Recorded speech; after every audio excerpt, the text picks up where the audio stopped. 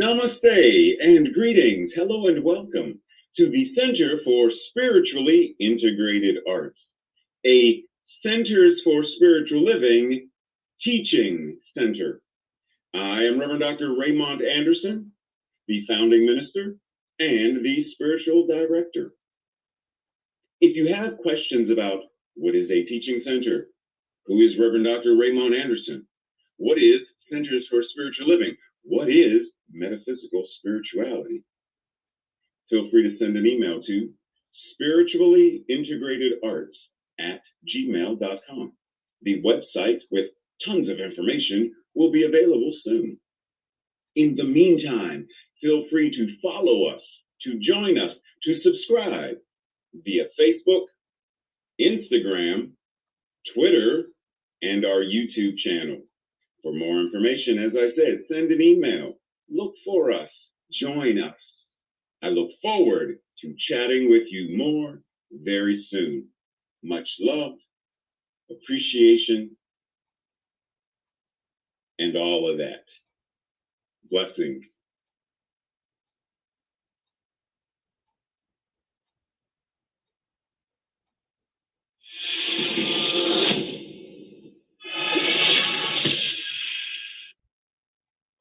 Hello, once again. Today, May 14th, following the Sunday message. In case you didn't already know, following the Sunday message, we gather in Zoom for our After Sunday Message Fellowship. An opportunity to meet new folks, chat with the folks that you already know, build bonds of connection, talk about anything and everything. But what happens in Zoom stays in Zoom. Now, if you don't already have the Zoom link, then send an email to spirituallyintegratederarts@gmail.com. The link will be sent to you. For those who already have the link, you probably already know that as soon as the Sunday message completes, and I do the closing prayer and say, Amen, and so it is, Ashe, Aho, then we go over to Zoom and start our chat, our fellowship.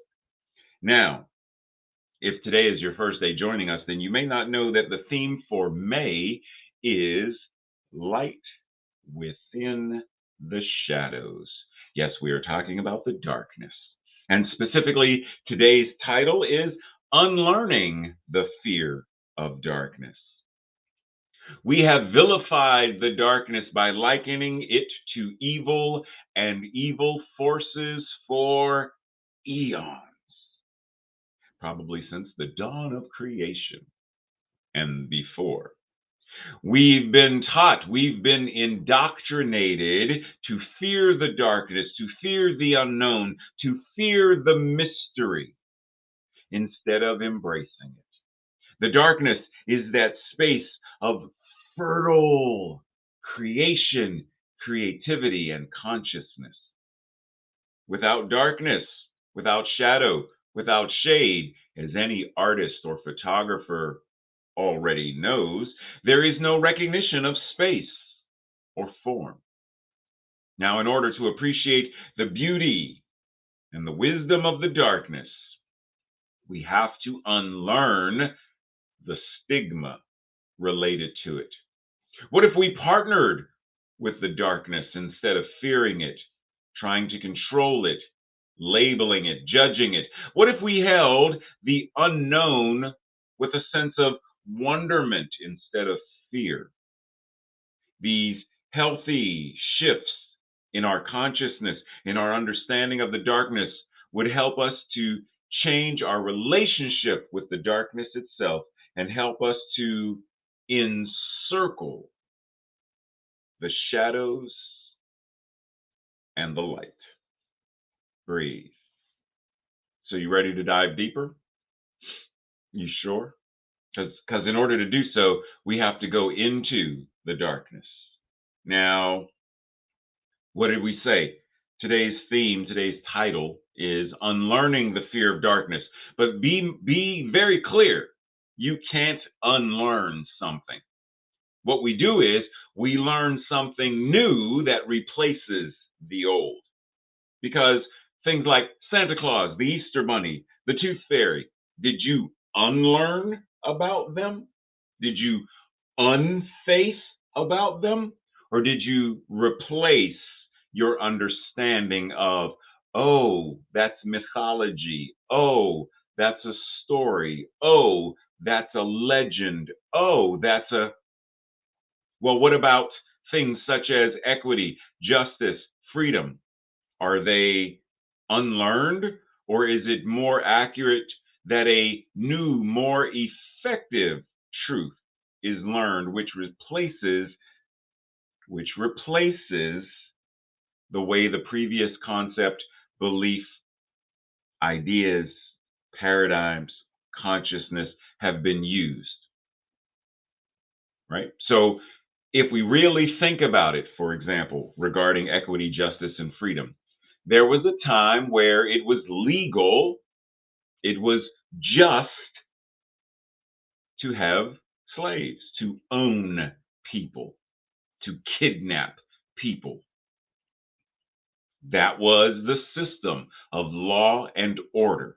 It was illegal to help a slave escape freedom, emancipation. That was illegal. The abolitionists were breaking the law. So did we unlearn those concepts? No, we didn't unlearn them. We replaced them with concepts of equity, justice, and freedom that were more empowering, life affirming. We swapped them out. We had a new thought about them. So the same idea regarding the darkness, the unknown, we don't unlearn. We learn, we adapt, we become aware of something greater, something more life affirming, and we embody that. Brene Brown says, only when we are brave enough to explore the darkness will we discover the infinite power of our light. Only when we are brave enough to explore the darkness. Now, the darkness could be whatever it is regarding this. Only when we are brave enough to explore our trauma. Only when we are brave enough to explore the darkness of inequity, the darkness of homelessness, the unhoused, the darkness of food deserts, the darkness of, only when we are brave enough to go there and understand the consciousness that created this thing will we be able to discover and embody the infinite power of life affirming, health, well being, healing, equity, justice, food for all, the beloved community. Only when we are brave enough to go to that place that we don't like. It's not comfortable. Think about when you come home late at night, you come into your apartment, and let's suppose that the fuse blew and it's dark, and you walk in. Now, you know your apartment, but you still stub your toe on something that you forgot was in that place in the floor. You still bump into the table because your depth perception is up. You know the table is there, but because it's dark, you can't see it. So your perception of space is altered. And so the manner in which you navigate the room changes versus if it was well lit. Well lit, boom, you just walk. Dark, you might be a little cautious because you don't want to step on something. You don't want to trip over something. You don't want to stub your toe, hit your shin. Only when we are brave enough to explore and navigate the areas that may not be as clearly lit, that may be uncomfortable, will we truly be able to discover the infinite power of our light. The Bible, John 1, verse 5 says, "The light shines in the darkness, and the darkness has not overcome it." Now, we all know this analogy of when it's dark, you light a candle, and the darkness recedes, right? The darkness can't say, "I don't want you here." Doesn't work that way, right? That's why you don't have when you set up the electrical system in your house and there's a dimmer switch, it's not like you can turn the dimmer switch to a certain degree and click, now it turns the darkness on and turns the darkness up or lessens the darkness. It doesn't work that way. There's either light and the dimmer switch brightens it or dims it, because the darkness cannot overcome the light. And if we're really, really honest, then it's actually an interplay, a interdependency that they have with one another in certain degrees. Breathe. Because once again, if we are going to really go into this space of a new thought about the darkness, a new thought about the mystery and the unknown, a new thought about what it means to truly let our innate light shine, then we have to understand how these things connect and interplay, are interdependent, are meta-dependent upon one another, and how we can use them more effectively. Dr. King said, "Darkness cannot drive out darkness. Only light can do that." Now, when he says darkness cannot drive out darkness, yes, he's using an analogy, a parable of that thing we just talked about from the Bible. But what he's referring to is ignorance. Ignorance cannot drive out ignorance. Only knowledge can do that. Racism cannot drive out racism. Only being anti-racist, only equity, justice, and freedom can do that. Hate cannot drive out hate. Only love can do that. Breathe. Now, when we refer to ignorance, ignorance can mean a wealth of things. Ignorance can mean a lack of knowledge, a lack of understanding, a lack of awareness, a lack of wisdom.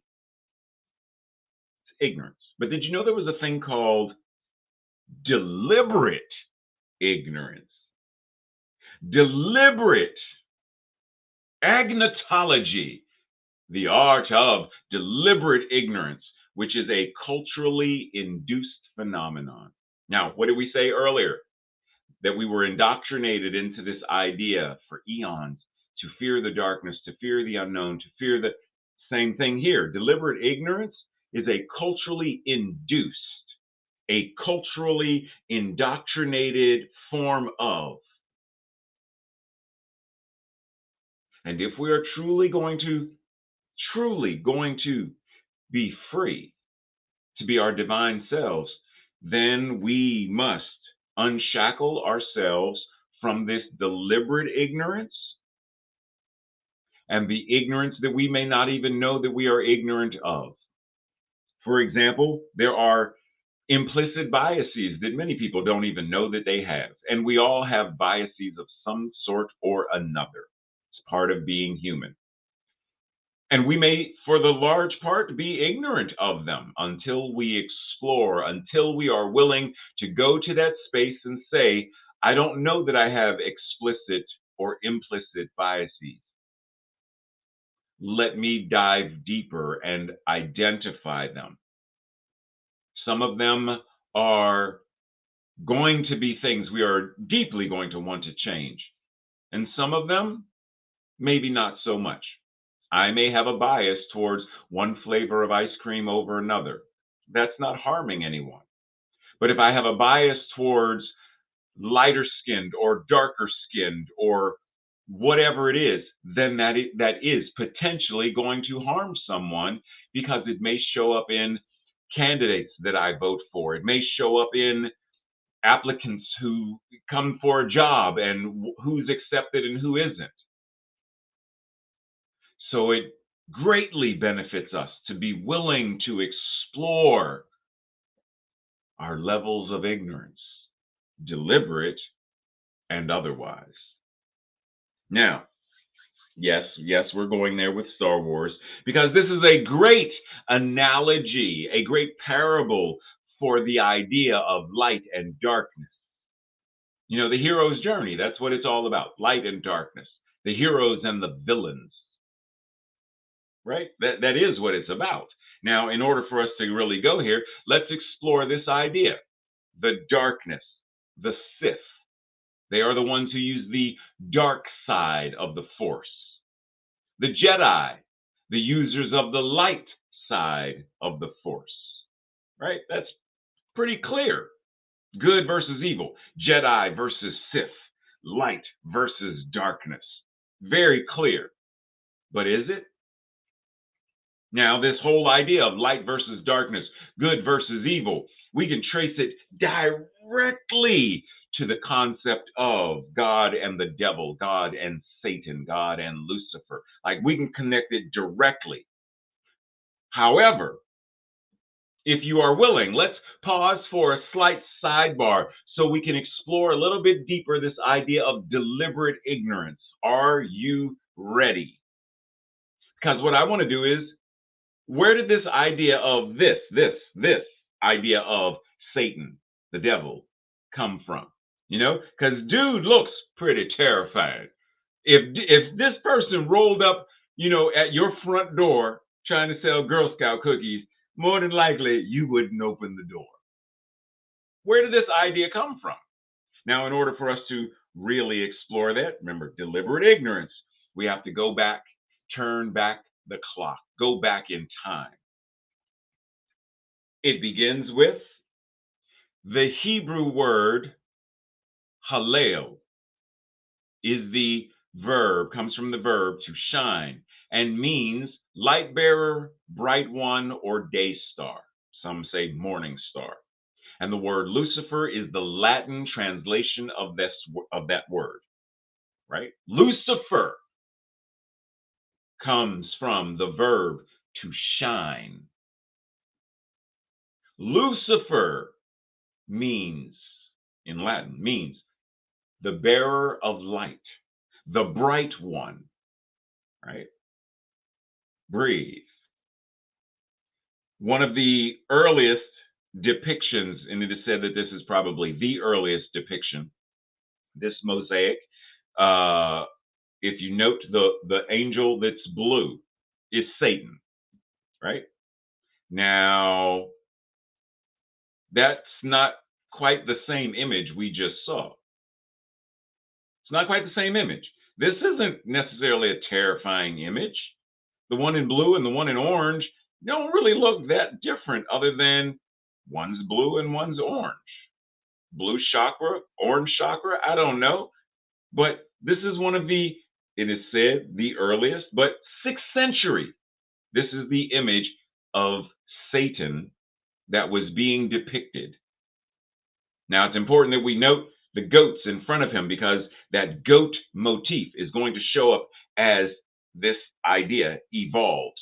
So we have this image of Satan, Lucifer, and then we have this image of Satan, Lucifer, the devil, and then there are others. And none of these are quite that terrifying, quote unquote, demonic visage of horns and fangs and pointed ears and claws and hooves and none of these. Now that sculpture in the middle, there's some talons on his wings, and the wings are sort of bat-ish, but he himself doesn't come across as this terribly horrifying image that we saw a few slides ago. Let's continue. There's a woodcut from Dante's Inferno, the Divine Comedy, where we begin to see the idea of Lucifer devouring and torturing.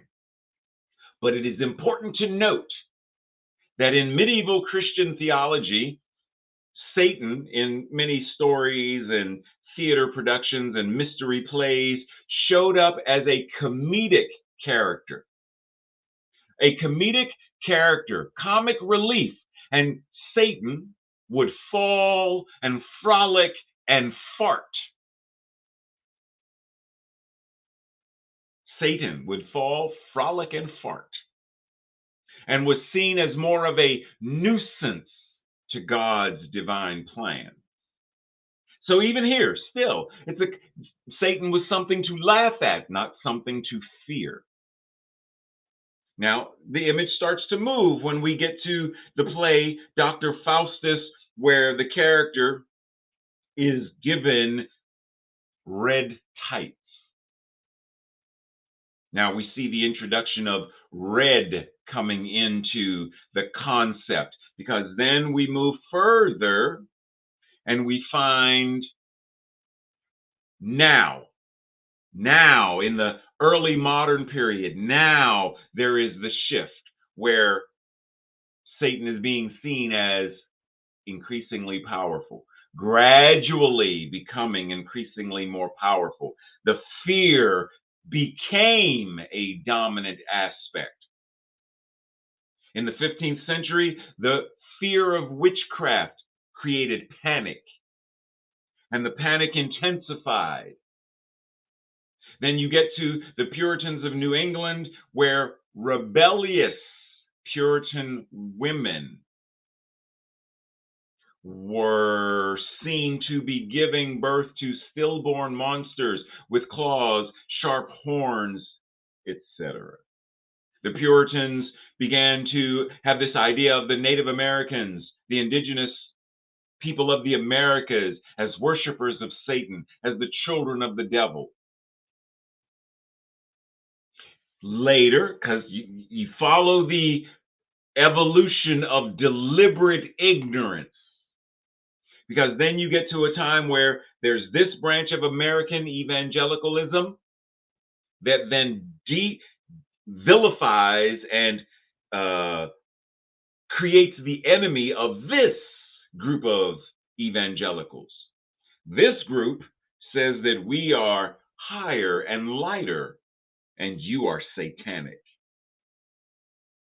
And the interesting thing is, this battle within and this idea of Satan, the devil, Lucifer, as predominantly being the enemy of evangelicalism is present in American fundamentalism today.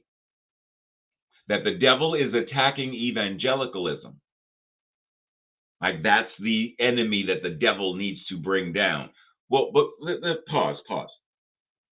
Because all of this, what is the point? What is the point of all of this? This kind of deliberate ignorance. What is the purpose of it? Very simple. These images scare people. When you create the image of the enemy, the adversary, that looks terrifying, it is easier to control and to manipulate the minds and the lives of individuals. It's simply a tool used by certain individuals to control others. So if we're going to unlearn, which we know we can't do, we're going to shift our consciousness, then it's important to understand, where do I feel fear regarding the darkness? Now, there are those who have it's labeled as a mental illness regarding the darkness. Nyctophobia, which goes by other names as well, but it is a legitimate, now it's considered an extreme and often irrational or abnormal fear of the night or darkness, but it is a legitimate mental illness that people feel fear of the darkness. And that's why there are psychologists, psychiatrists, and therapists that they can work with.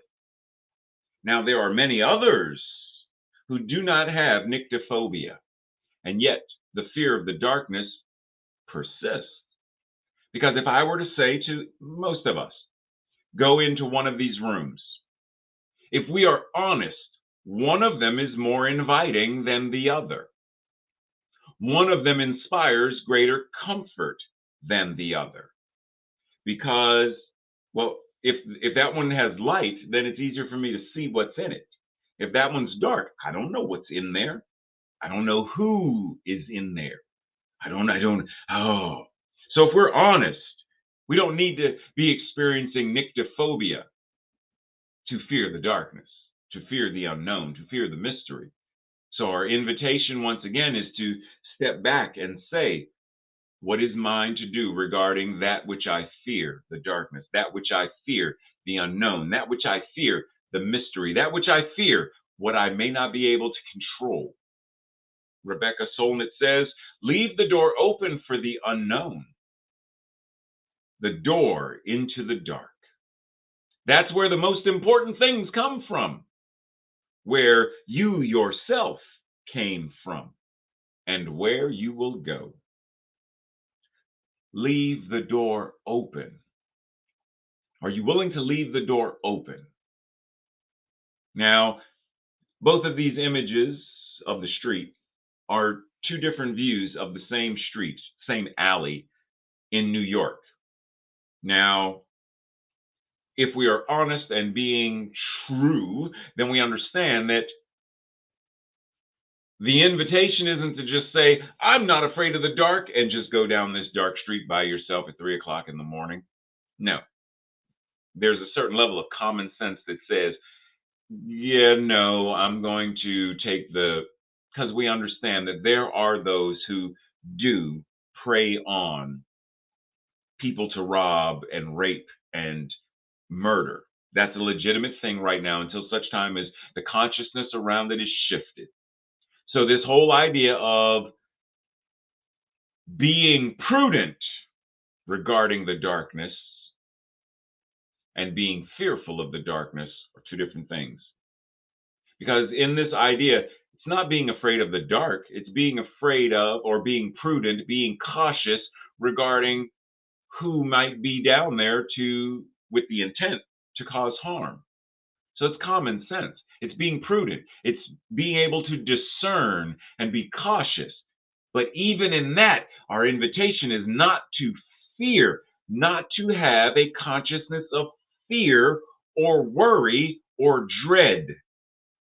Because I know martial arts, and 5'10", in relatively good shape, and I will not say, well, I am a man and I know martial arts and I'm going to be safe, and then go down the street. Why? What do I have to prove? Nothing. I don't mind taking an extra 10 minutes to walk around the block because it's safer, because it's more prudent to do so. I don't need to purposefully prove to myself, or as Yeshua in the desert, to prove to the devil that Jesus didn't have anything to prove to the devil. Job didn't have anything to prove to the devil. Like in these uh, metaphysical, metaphorical, allegorical parables and stories, we understand there is no reason, there is nothing to prove to anyone. When we embody the truth and we understand, so just be clear. Just be clear. Being prudent and this whole idea of fear, there's a balance between them. Okay? I just want to make sure we understand that. Someone can say, I'm not going down that alley, and someone says, why? Are you afraid? No, I'm not afraid. I'm intelligent, I'm wise, and I'm prudent. Breathe. Dr. Holmes says, sitting in the shadow, we may not really believe that there is any sunshine, but the sun would be there all the time. So at midnight here, where I live, doesn't mean there's no sunshine. No, the sun is still shining. The sun is still shining. It's still there. It is there, but we must awaken to it. So as children, we may have believed that at nighttime, the sun swapped out and the moon came in, or that the moon is simply the nighttime version of the sun. It's all kind of things that kids make up in our minds, or that people tell us to, because they don't want to go into. See, what happens is the Earth rotates on its axis, and the 2-year-old me is not gonna be like, what are you talking about? I don't understand. It's easy. The moon comes in. It's like work. When daddy goes to work and then daddy comes home and someone else goes, it's like that. So when the sun does its work and it leaves, then this one comes. Oh, that makes sense. But the reality is the sun is ever present. The moon is ever present. The dark is ever present. The light is ever present. Both and. So are we willing to awaken to that same thing that we understand in the sense of space and astronomy and science? We understand it when it comes to that. Are we willing to have that same kind of awakening to the same awareness to our own lives and our own selves? So do a little assignment for a moment. You don't have to do it right now, but think about all of the qualities that we attribute to light. What are some of the qualities that we attribute to light? And then do the same thing and think about what are the qualities that we attribute to the darkness. We think of magic. There's white magic, good. Black magic, bad. Wait. Say what now? The black cat, bad. Wait a minute. Wait a minute. Am I sensing a theme here? Light and dark. What are the qualities that we have been indoctrinated to believe? Elizabeth Kubler-Ross says that people are like stained glass windows. They sparkle and shine when the sun is out, but when the darkness sets in, their beauty is revealed only if there is a light from within. Now, it's important for us to recognize and say, there are times when the light shines from the outside, as she just said. There are times when the light shines from the outside in. And there are times when it shines from the inside out. But our invitation is to be so convicted in our beauty and our awareness that no matter where the light is shining from, the radiant divine colors of God are being expressed. Doesn't matter where the light's coming from. When we awaken to the truth of our being, outside in, inside out, the divine radiance and color of God are expressed in, through, and as us. Period. Breathe. Because once again, it's easy for us to understand this concept of light and shadow, the interplay. And none of us would dare to say that that thing connected to this man's feet is evil or bad or something he should try to run from. Because it doesn't matter how far he runs, it's still going to be there, right? And it's important to understand that, as Richard Rohr says, the closer you get to the light, the more of your shadow you see. See, if he backs up, say 5, 6, 7 spaces, there's no shadow on the ground because he's not close enough to the light for the shadow. And the shadow of the building and his shadow blend because the shadow of the building obscures the light that would cast his shadow. But the closer he gets to the light, the more of his shadow he sees. The closer you get to the light, the more of your shadow you see. The closer you get to your healing processes, the more of your trauma you may see. The closer you get to your own divine awareness, the more of your indoctrination you may see. The more you learn and become aware of, the more you realize, the less you know and are aware of. Breathe.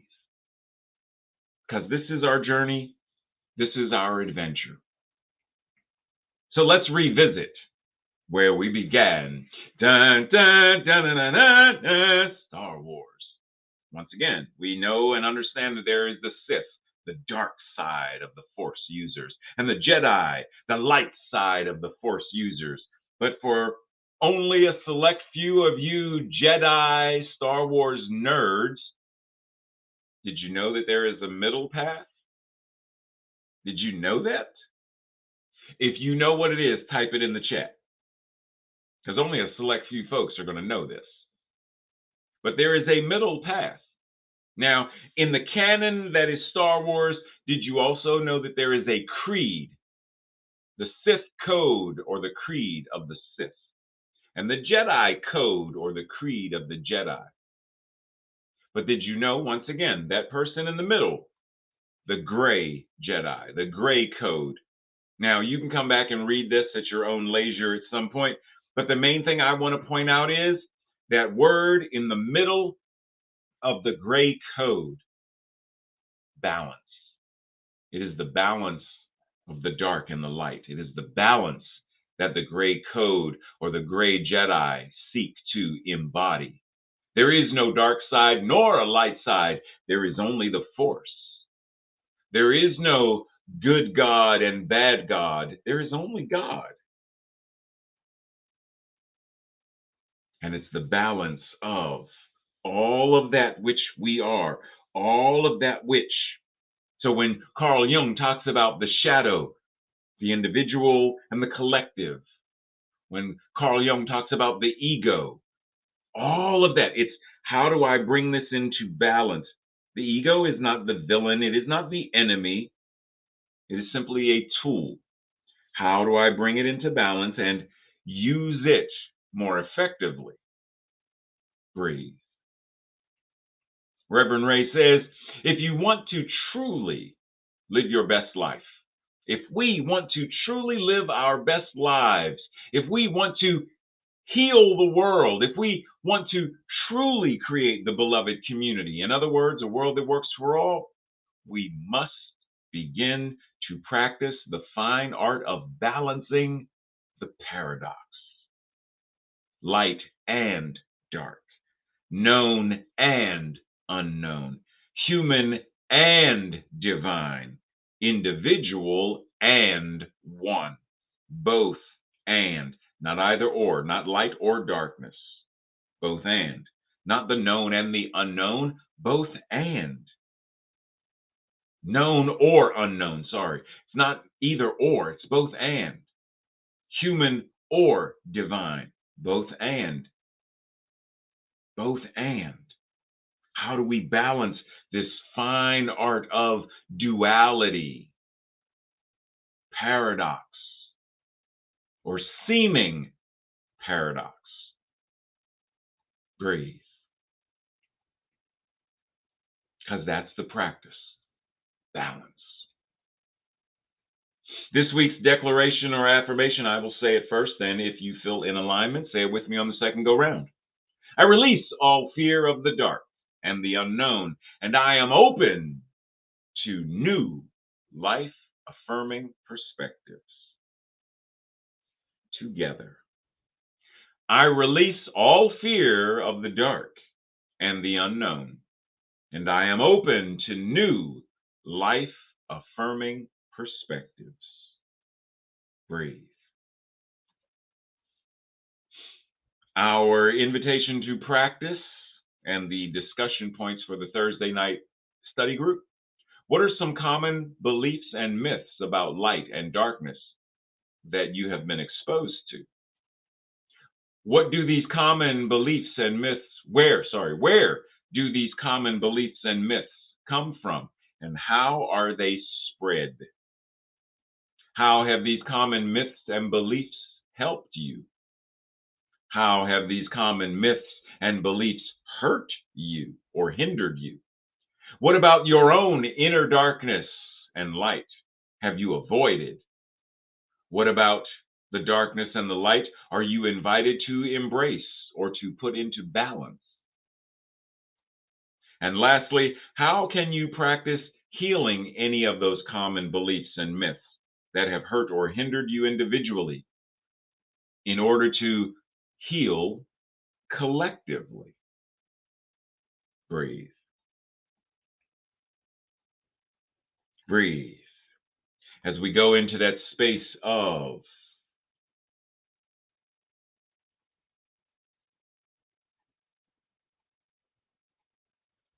un momento, por favor.